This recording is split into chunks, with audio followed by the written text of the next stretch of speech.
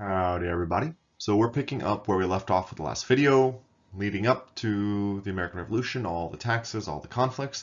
Now we're bringing in the final piece of the puzzle, the political colonial division. So how do we use those ideas of John Locke, that British political philosophy, to finally break this last piece of the puzzle with Great Britain? How do we make that decision to push us over the edge to actually declare independence? So we've had the Continental Congresses begin meeting, begin talking, coming up with thoughts and ideas about what to do. They've petitioned Parliament, they've petitioned the King, they've done everything. And the big problem the Continental Congress is facing now is that blood has already been shed. We have had people die at Lexington and Concord, the British have been killed as well, and now things are reaching an impasse. Something has to give, or we're going to have to go to war. It's into this environment that we see this man come into the scene, Thomas Paine.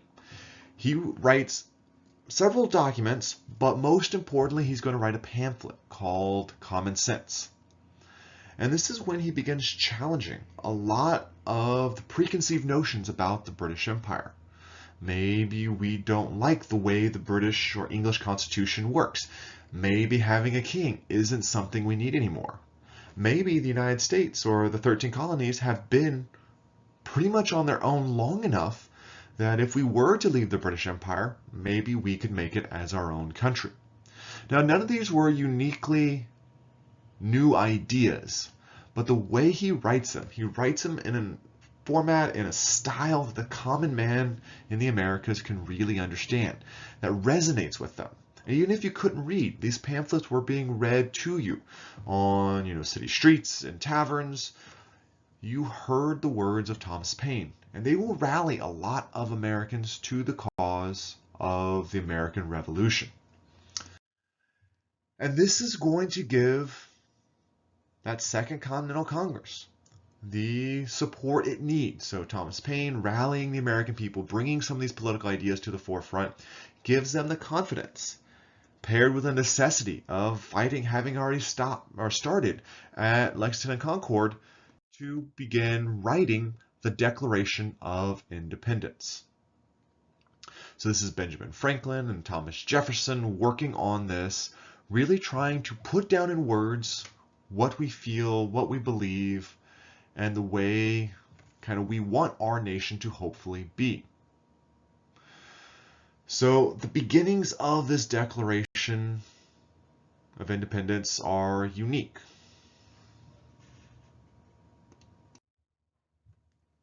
The first few sentences of the Declaration of Independence show what these men, these founding fathers, were thinking.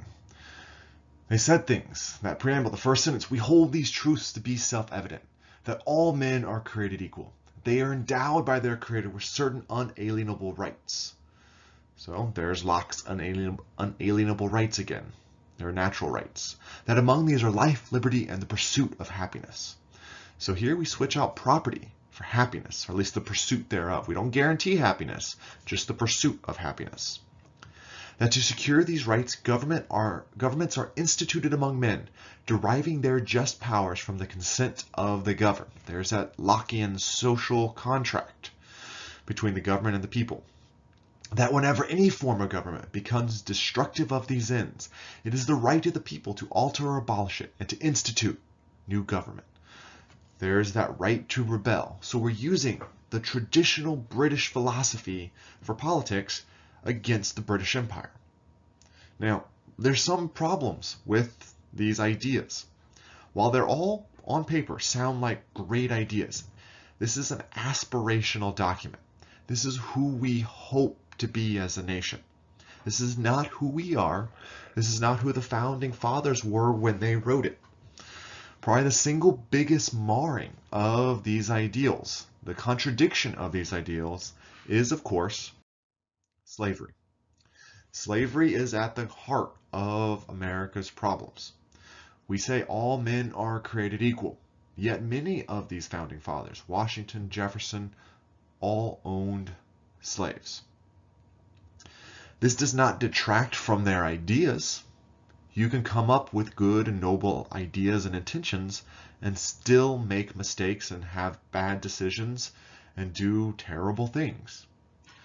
It doesn't take away from the aspirations of the Declaration of Independence and later from the Constitution, but we have to understand these are flawed people just like each and every one of us. So our nation has been, ever since we wrote the documents, the Declaration of Independence and later the Constitution, we've been trying to live up to this ideal. The Civil War got us a little closer.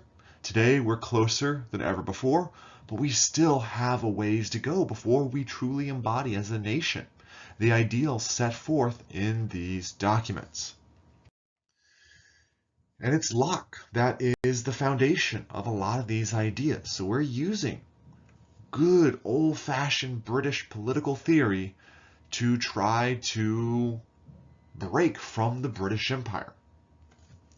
But we feel confident in our decisions. We begin signing this. And the most famous of these signatures is, of course, John Hancock, his big signature, because it was known that George III was of bad eyesight, so he wrote his name real big. He says, "Let George read my writing without his glasses. He'll know who I am." Now, the signing of this document is not an insignificant deal. It's not just them saying, oh, we're going to try this, and if it fails, oh well. By signing this Declaration of Independence, they are signing their death warrant if they lose. If they win, they are the founders of a great new nation.